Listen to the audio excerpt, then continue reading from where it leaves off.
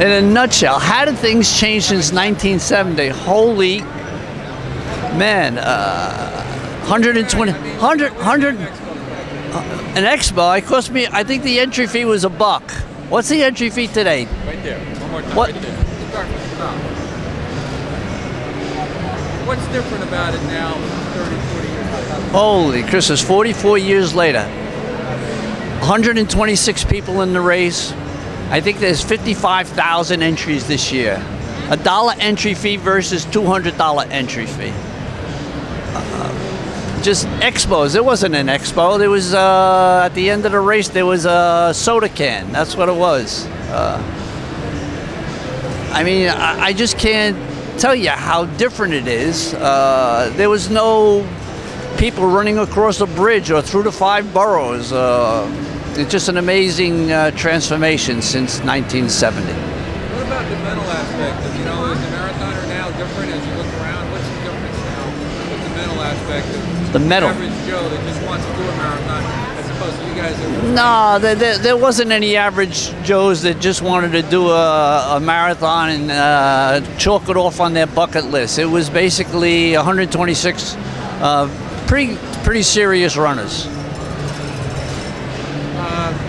Yeah, but I mean, what about the fact now that everyone's got to do a marathon? Everybody, the time doesn't matter. 4 hours, 5 hours, 6 hours. They just want to get the medal and say, move on to the next thing. Talk about that a little bit.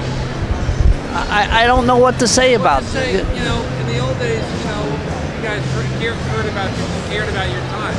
Now, don't care. Oh, Jesus, yeah. I mean, I think probably the biggest difference is the amount of serious runners compared to what there are today.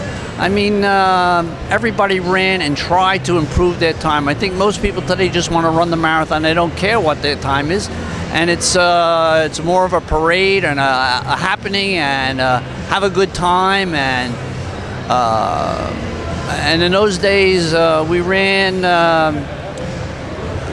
to compete. We had a number on, and it was really just to improve and it was more of a competition, I think, than it is today. Today, it's just a happening. The last question, Gary. This was terrible. This was a terrible interview. Really, I think it's terrible.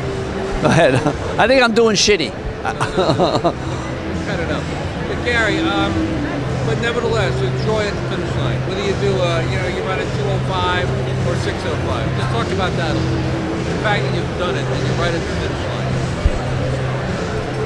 I don't know what to say, Ambrose. I don't know what to say. It's just, it's absolutely a phenomenal situation. I mean, right now we have 55,000 people supposedly going to run the New York City Marathon. I mean, it's great for the health of the people who are running.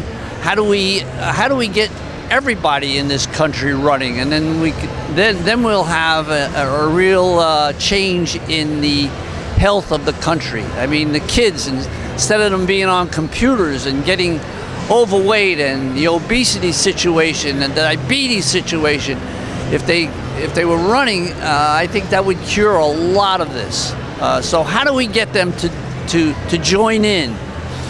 So when you talk about 55,000, I think it's just a very, very small number in overall, when you talk about the country with 300 million people.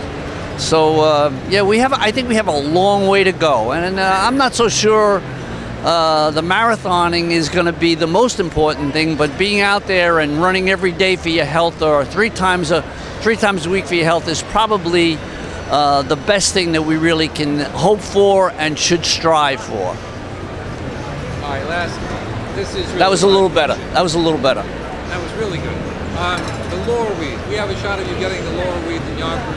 One of you 2 years. I don't know which one. What's it feel like to have a laurel wreath made by your wife? No, my wife didn't make those ones in Yonkers. Talk about the laurel wreath. Holy. What was it like? Again, not everybody's had a laurel wreath. Well, listen, not everybody has won a race, but boy, I'll tell you something. It's amazing if you're at the finish line at the New York City Marathon and you see people who run 4 hours and 4.5 hours, and the joy that comes across their face when they come across that finish line it's probably even stronger than the guy who won the race in 2:04. I mean, it's just amazing the joy that people show when they're coming across the finish line. What about your laurel wreath specifically? My laurel wreath. I don't really. The guys kind of catch up to you. You're running away from them. Oh, you mean Kurt Steiner running away from us trying to put the laurel wreath on your head? Yeah. Well, in 1970 there wasn't any laurel wreath. There was a can of soda at the finish line, and but I'll tell you the truth.